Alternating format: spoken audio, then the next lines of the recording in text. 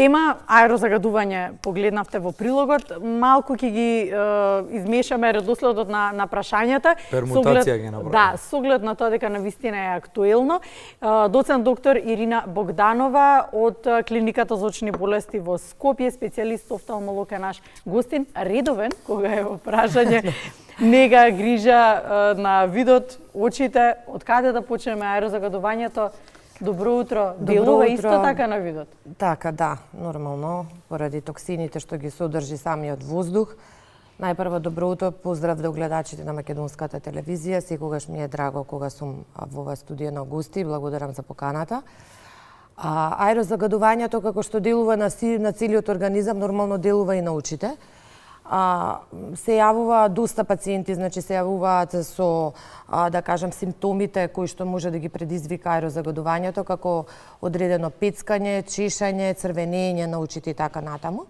Мислејќи дека имаат некоја инфекција на очите, заради тоа бараат помош на клиниката за очни болести, но се работи за самата иритација, односно токсичен конјуктивит, ние го викаме тоа, што го предизвикува аерозагадувањето, односно самите токсини што се содржат во воздухот.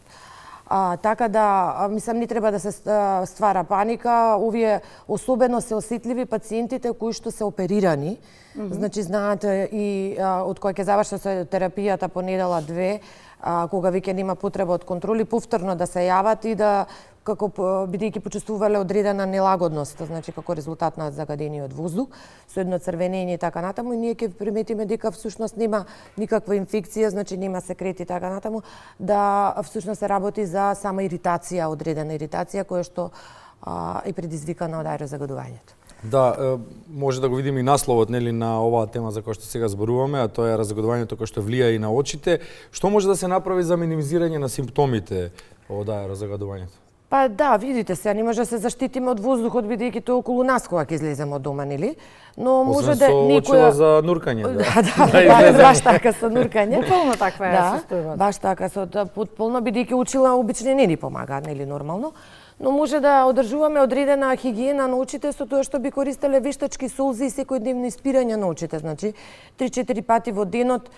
Кога сме во можност, дали дома, дали на работа, да капнеме по неколку капки од вештачките солзи, особено во овие периоди од годината кога е висок коефициентот на аерозагадувањето надвор. Така да вештачките солзи се добра, да кажам, превенција од иритација и така натаму што предизвикува аерозагадувањето.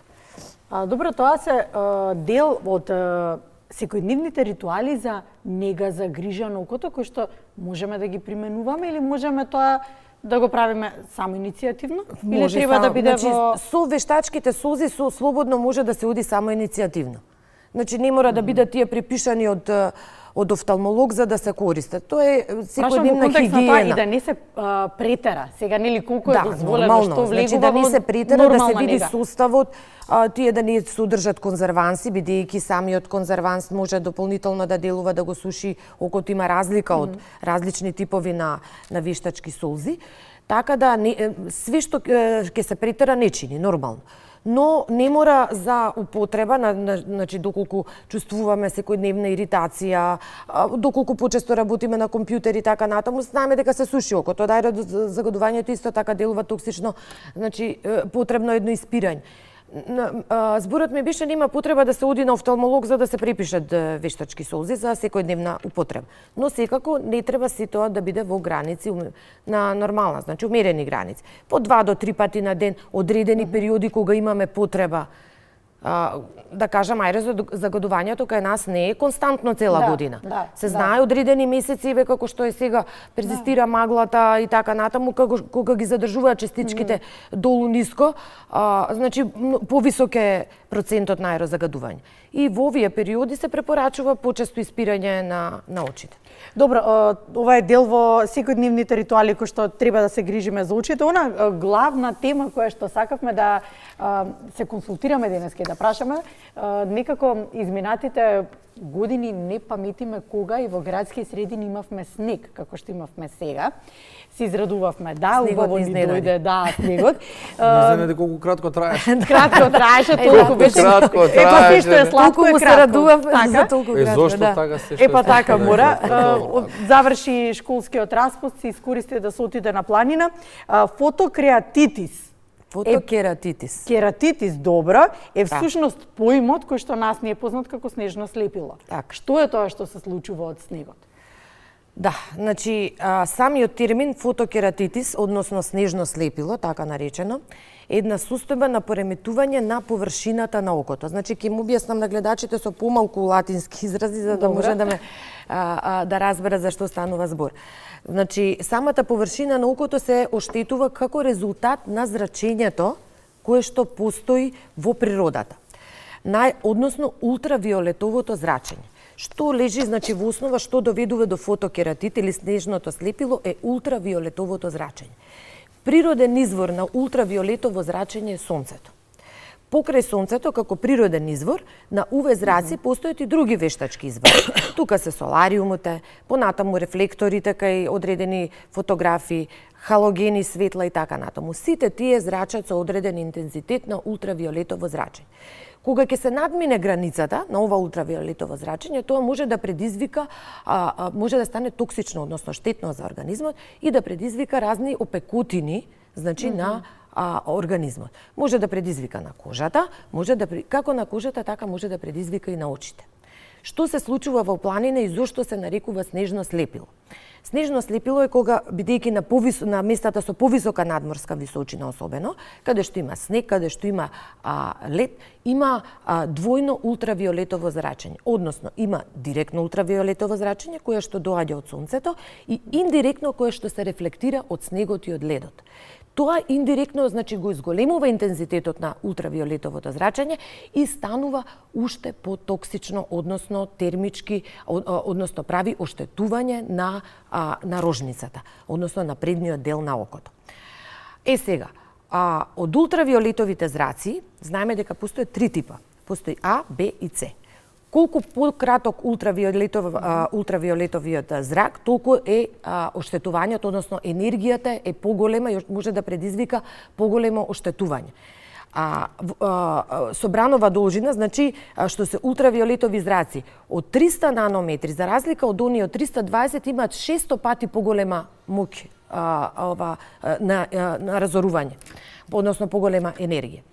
Најкраток е ултравиолетовиот бранд С, па доаѓа Б од 300 до 320 или од 290 до 320, така нешто е Б, и најдолг е А, ултравиолетовиот бран.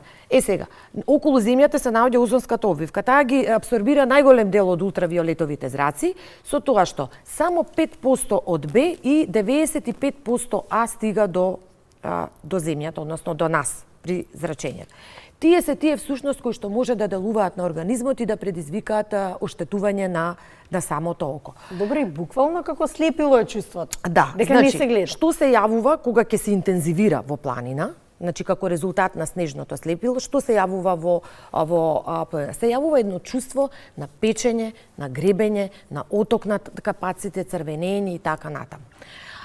Како светлина некој уште дополнително. Дополнителна, да, заблеснување, но тоа оди интензивно како со болки и така натаму, значи што не може да се не е така безазлезно, значи не може да се издржи и потребна е помош од офталмолог. Значи не може тука да се земеат лекарства на своја рака. Значи ова целата ситуација се случува кога не се носат заштитни научари. Значи тоа мора да се напомене, тоа ќе кажеме за сонце или дополнително со оние за филтер. скијање што се да речеме. Значи колку по интензивен увен филтерот, односно нормално за да абсорбира УВ зраците, заштитата ќе биде поголема. Кога сме кај заштита, кај видот, имаме уште време за последниот дел од прашањата што го имаме подготвено, а тоа е зошто ни се заматува видот по неколку часов на гледање во екраните на паметните уреди и како сината светлина влијае врз нашиот вид. Да, тука имаме сега повторно друг тип на зрачење, тоа е неионизирачко зрачење, тоа е сината светлина, тоа е видливиот спектар. Секој, значи и телефоните, и телевизорите, и лаптопите и така натаму зрачат сина светлина, тој тип на зрачење. Но сепак при нивното производство се испитува, значи количеството, не треба да биде штетно за организмот. Но часови и часови поминати со телефони, ние знаеме дека сите сме врзани со телефоните, со часови во денот, се будиме со аларм, се расонуваме со телефонот, на работа седнуваме пред лаптоп, пред таблет и така натаму, така да часови поминати нормално може да предизвикат оштетување на мрежницата и на ретината позади, доколку не правиме одмор. Значи тоа сакав да им апелирам на гледачите кои што работат со часови на таблети и на лаптопи, да после секој час поминат на лаптопот, направат по 5 минути одмор. Значи, дали да ги затворат очите, дали да гледаат на друга страна и така, значи да ги одмараат очите. Тоа е еден тип на затоа што и самиот мускул во окото, како и сите други мускули во организмот, се замара со часови поминати, фиксација и употреба на мускулот на окото, да кажем. Точно 8 часот. Точно 8 часот, сакам само да финализираме дека оптимално време е 1 час да го поминеме. Значи оптимално според испитувања што е Добро. мислам може да не да го поминеме, него секој час да правиме по 5 минути одмор. Според одредени испитувања. Значи 1 час на компјутер, 5 минути одмор, значи од компјутерот. Да се ги одмориме очите. Ќе го продолжиме прашањето нам колку ни треба одмор од овие рефлектори. Благодариме за гостувањето, благодариме. Ви благодарам. Секогаш кога е во прашање офталмологија тема, вие сте тука, ќе ги продолжиме, се разбира, прашањата и темите.